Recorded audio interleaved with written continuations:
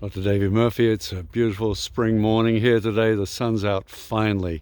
It seems as if we're finally moving through this winter of discontent and COVID is fading into the background. It's still there. There's some infections, but there are less hospitalizations. Certainly very minimal impact on our day-to-day life and our quality of life on the community.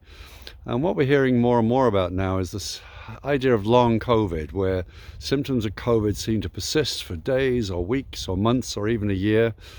And this is not uncommon after a significant human event where there seems to be a syndrome which presents with unusual physical symptoms. It's difficult to really define the cause, and there certainly seems to be no specific treatment. People are left suffering.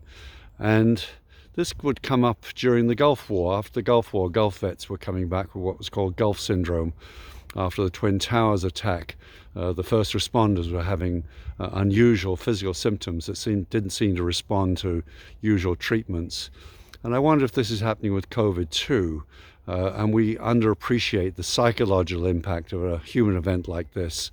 And we seem to forget that flashbacks, which are usually thought of as reliving the event like as if you're immersed in a video, flashbacks can also be physical. We can have physical flashbacks that then present as symptoms of illness. And they need psychological treatments, not physical treatments, those sorts of somatic symptoms. And a quick way of deciding whether or not you've had a psychological impact from a particular event like COVID is to think back to that event and notice how distressed you are as you think about it here in the present, when you think back to that event. And then you can even measure that on a scale of 0 to 10, where 0 you feel calm and neutral, and 10 is the most disturbing experience you can imagine. And if the distress scale for you is greater than 5, then it's likely that event is continuing to have an impact on your day-to-day life in some way. And of course, the closer the score gets to 10, the more impact that will be having. So if you think about that, if you're suffering from long COVID and then you find that your distress level about your experiences with COVID are greater than level 5, it's time to talk to someone like me, to a therapist.